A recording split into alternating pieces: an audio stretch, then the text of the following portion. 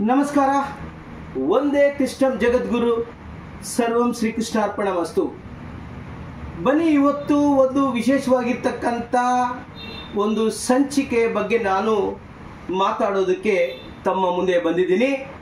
ಆ ಸಂಚಿಕೆಯ ಹೆಸರೇನು ಅಂತ ಹೇಳಿದರೆ, ಖಾದಿ ವರ್ತನೆಯಿಂದ ಕಾಕಿ ಬೇಸತ್ತ ಕಾಕಿ.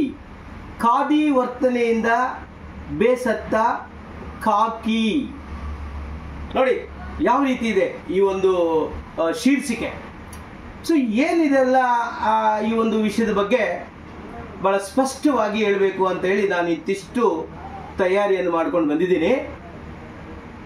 ಏಪ್ರಿಲ್ 28ನೇ ತಾರೀಕು 2025 ಬೆಳಗಾವಲ್ಲಿ ಕಾಂಗ್ರೆಸ್ ಪಕ್ಷ ಒಂದು ಸಮಾವೇಶವನ್ನು ಹಮ್ಮಿಕೊಂಡಿರುತ್ತೆ.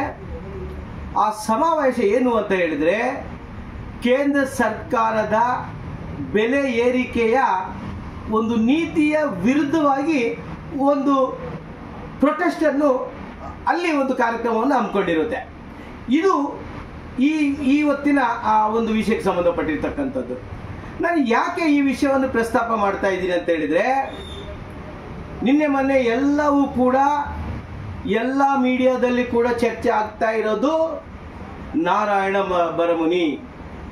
ನಾರಾಯಣ ಬರಮುನಿಯವರ 2.5 ಪುಟಗಳ ರಾಜೀನಾಮೆ ಪತ್ರದ ಬಗ್ಗೆ ಚರ್ಚೆ ಆಗ್ತಾ ಇದೆ.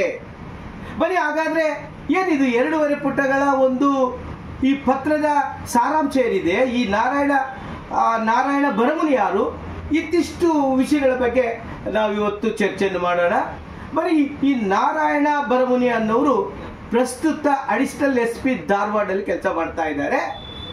ಆದರೆ ಈ ವ್ಯಕ್ತಿ ಏಪ್ರಿಲ್ 28ನೇ ತಾರೀಕು ಬೆಳಗಾವಲ್ಲಿ ಕಾಂಗ್ರೆಸ್ ಪಕ್ಷ ಹಮ್ಮಿಕೊಂಡಿರ್ತಕ್ಕಂತಹ ಒಂದು ಕೇಂದ್ರ ಸರ್ಕಾರದ ವಿರುದ್ಧ ಪ್ರತಿಭಟನಾ ಒಂದು ಸಮಾವೇಶಕ್ಕೆ ಏನು ಒಂದು ಉಸ್ತುವಾರಿಯನ್ನು ಕೊಟ್ಟಿರ್ತಾರೆ ಈ ಒಬ್ಬ ನಾರಾಯಣ ಬರಮುನಿ ಅನ್ನೋರಿಗೆ. ಅವತ್ತು ಏಪ್ರಿಲ್ 28ನೇ ತಾರೀಕು ರಾಜ್ಯದ ಪ್ರತಿಯೊಬ್ಬ ಹೆಚ್ಚು ಕಡಿಮೆ ಕ್ಯಾಬಿನೆಟ್ ಎಲ್ಲರೂ ಕೂಡ ಅಲ್ಲಿರ್ತಾರೆ, ರಾಜ್ಯದ ಘಟಾನುಘಟಿಗಳಲ್ಲಿರ್ತಾರೆ. ಅಷ್ಟೇ ಅಲ್ಲ, AICCಯ ಪ್ರತಿನಿಧಿಗಳು ಕೂಡ ಅಲ್ಲಿರ್ತಾರೆ. ಹೀಗಾಗಿ ಸ್ವಲ್ಪ ಜಾಸ್ತಿನೇ ಸೆಕ್ಯೂರಿಟಿಯನ್ನು ಅಲ್ಲಿ ಕೊಟ್ಟಿರ್ತಾರೆ. ಆದರೆ ಎಲ್ಲರೂ ಮಾತನಾಡಿದ ನಂತರ ಮುಖ್ಯಮಂತ್ರಿಗಳು ತಮ್ಮ ಭಾಷಣವನ್ನು ಪ್ರಾರಂಭ ಮಾಡ್ತಾರೆ.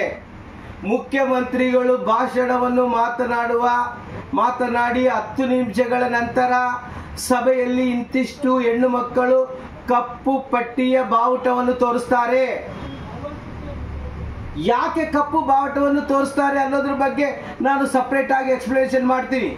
ಆದರೆ ಅಲ್ಲಿ ಕೆಲವರು ಮಹಿಳೆಯರು ಕಪ್ಪು ಬಟ್ಟೆಯನ್ನು ಪ್ರದರ್ಶನ ಮಾಡ್ತಾರೆ. ಇದು ಮುಖ್ಯಮಂತ್ರಿಗಳ ಒಂದು ಪಿತ್ತ ನೆತ್ತಿಗೆ ಇರುತ್ತೆ. ತಕ್ಷಣಕ್ಕೆ ಮುಖ್ಯಮಂತ್ರಿಗಳಿಗೆ ಭಯಂಕರವಾಗಿ ಸಿಟ್ಟು ಬಂದ್ಬಿಡುತ್ತೆ. ಎಂತಹ ಸಿಟ್ಟು ಅಂತ ಹೇಳಿದ್ರೆ, ಅಲ್ಲಿ ಭಾಷಣ ಮಾಡತಕ್ಕಂಥ ಮುಖ್ಯಮಂತ್ರಿಗಳು ಭಾಷಣವನ್ನು ನಿಲ್ಲಿಸಿ ಏಕವಚನದಲ್ಲಿ ಯಾರವನು SP ಕರಿ ಅಂತ ಹೇಳಿ ಏಕವಚನದಲ್ಲಿ ಒಬ್ಬ ಪೊಲೀಸ್ ಅಧಿಕಾರಿಯನ್ನು ಅವರು ಕರೀತಾರೆ. ಆ ಸಂದರ್ಭದಲ್ಲಿ ಬೆಳಗಾವಿ SP ಅಲ್ಲಿರಲ್ಲ, DCP ಕೂಡ ಅಲ್ಲಿರಲ್ಲ. ಹೀಗಾಗಿ ತಕ್ಷಣಕ್ಕೆ ನಾರಾಯಣ ಬರಮುನಿ ಅವರು ವೇದಿಕೆಗೆ ಹತ್ತಿ ಹೋಗ್ತಾರೆ. ವೇದಿಕೆ ಹತ್ರ ಹೋಗಿ ಮುಖ್ಯಮಂತ್ರಿಗಳ ಮುಂದೆ ಬಹಳ ವಿನಮ್ರತೆಯಿಂದ ಭಕ್ತಿಪೂರ್ವಕವಾಗಿ ಅಲ್ಲಿ ನಿಂತ್ಕೊಳ್ತಾರೆ. ಆದರೆ ದುರಹಂಕಾರಿ ಮುಖ್ಯಮಂತ್ರಿಗಳು ಏನ್ ಮಾಡಿದ್ರು, ಅವರು ಕಪಾಳ ಮೋಕ್ಷ ಮಾಡೋದಕ್ಕೆ ಮುಂದೆ ಹೋಗ್ತಾರೆ. ತಕ್ಷಣಕ್ಕೆ ಅವರು ನಾರಾಯಣ ಬರಮುನಿ ಅವರು ತಕ್ಷಣಕ್ಕೆ ಹಿಂದೆ ಹೋಗ್ತಾರೆ. ಅಕಸ್ಮಾತ್ ಹಿಂದೆ ಸರಿದಿಲ್ಲ ಅಂತ ಹೇಳಿದ್ರೆ ಈ ಒಂದು ದುರ್ಘಟನೆ ನಡೀತಾ ಇತ್ತು ಅಂತ ಹೇಳಿ ಇಡೀ ಮಾಧ್ಯಮಗಳು ಹೇಳ್ತಾ ಇದೆ. ಅಂದ್ರೆ ನೋಡಿ, ಈ ಪೊಲೀಸ್ ಅಧಿಕಾರಿಗಳನ್ನೇ ಈ ರೀತಿ ಏಕವಚನದಲ್ಲಿ ದುರಂಕಾರದ ಮಾತುಗಳನ್ನು, ಅಧಿಕಾರದ ದರ್ಪದಿಂದ ದುರಂಕಾರದ ಮಾತುಗಳನ್ನು ಮಾತಾಡ್ತಕ್ಕಂಥ ಈ ಒಂದು ಮುಖ್ಯಮಂತ್ರಿಗಳಿಗೆ ಇಡೀ ರಾಜ್ಯವೇ ಧಿಕ್ಕಾರ ಆಗ್ತಾ ಇದೆ. ಯಾವ ಕಾರಣಕ್ಕಾಗಿ? ತಾನು ಮಾಡಲಾರದ ತಪ್ಪಿಗೆ ಒಬ್ಬ ASPಯ ಅಧಿಕಾರಿಗೆ ಇಂತಹ ಒಂದು ಅವಮಾನ ಮಾಡುವುದು ಇದು ಯಾವ ರೀತಿ ಸರಿ ಅನ್ನೋದ್ರ ಬಗ್ಗೆ ಈಗಾಗಲೇ ಇಡೀ ರಾಜ್ಯದಲ್ಲಿ ಚರ್ಚೆ ಆಗ್ತಾ ಇದೆ. ಆದರೆ ಈ ನಾರಾಯಣ ಬರಮುನಿ ಅನ್ನುವ ಒಂದು ವ್ಯಕ್ತಿಯ ಬಗ್ಗೆ ಎಸ್ ಪಿ ಬಗ್ಗೆ ಇಂತಿಷ್ಟು ನಾವು ಕೂಡ ಇನ್ಫಾರ್ಮೇಶನ್ ಅನ್ನು ನಾವು ಧಾರವಾಡ ಮತ್ತು ಬೆಳಗಾವಿಯಿಂದ ಕಲೆಕ್ಟ್ ಮಾಡಿದ್ದೀವಿ.